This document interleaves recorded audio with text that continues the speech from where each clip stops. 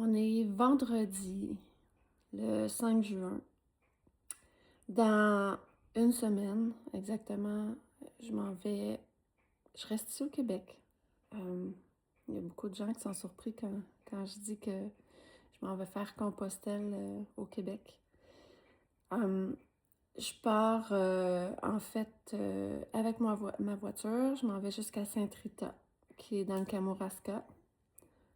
Et après ça, ben, on revient avec... on est un petit groupe. On revient jusqu'à Saint-Damas de Lillet. Et à partir de là, on marche pour retourner à Saint-Rita. C'est une distance d'un peu plus de 170 km. Je suis pas certaine, là. J'ai vu 170, puis d'autres endroits 180, mais en tout cas, c'est entre ça et ça. Je suis pas vraiment préparée. Je marche. Je marche un peu, mais j'ai jamais fait de distance de 25 km là, dans une journée. C'est ce que je vais faire là-bas. Il y a des journées que ça va être un petit peu plus court, dans les 15, 16, 17 km. D'autres journées, on est à 24, 25 km par jour avec mon sac à dos. On a quand même des accueils. C'est un peu la même formule que Compostelle en Europe. C'est développé par Pascal Auger, qui est ici au Québec, donc Compostelle Québec. Super belle organisation. Euh, je me sens rassurée même si je suis pas entraînée parce que c'est quand même des groupes solides, que ça fait plusieurs années en fait que le parcours existe. Euh, Pourquoi j'ai choisi au départ, quand j'ai fait mon inscription pour cette semaine-là de juin, on était fin janvier, début février. Puis j'ai commencé à regarder les rencontres du midi avec Pascal Auger. Euh, Ça m'a tout de suite appelée. J'ai eu comme une révélation. C'était ça qu'il fallait que je fasse.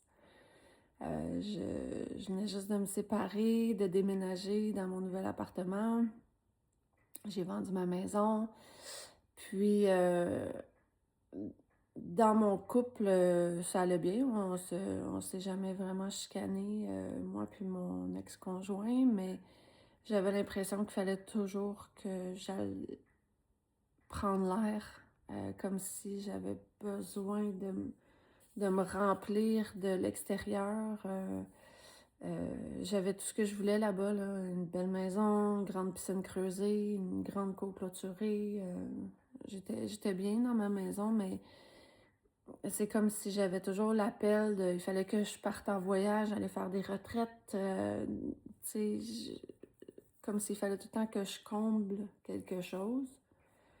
Euh, En janvier, je suis emménagée toute seule, mais j'avais encore ce vide-là peut-être à combler. J'ai fait l'inscription pour aller faire la randonnée.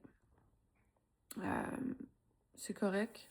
C'était le bon moment de le faire parce qu'aujourd'hui, peut-être que je l'aurais pas refaite.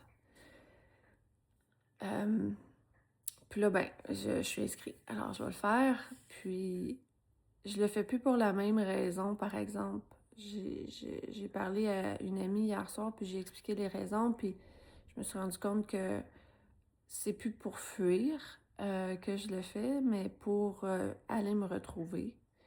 Euh, Vraiment aller au bout de moi-même, relever des défis, ce que je fais pas souvent.